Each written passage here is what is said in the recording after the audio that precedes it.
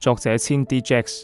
故事夢幻島千版 0.1 至第3代夢幻島創造神命運機創世經歷故事第11集。關於千不是什麼學歷高，在小時就明白一個道理：世界所有都建基於大富翁遊戲模式和意義人生模式和帝國遊戲。商店賺錢無意遊戲，就算你們放棄所有學業，你能解讀人生解所有。大富翁遊戲和意義人生和帝國遊戲模擬商店購賺錢遊戲的攻略是如何通卡，或用設計師思維解讀遊戲是如何通關。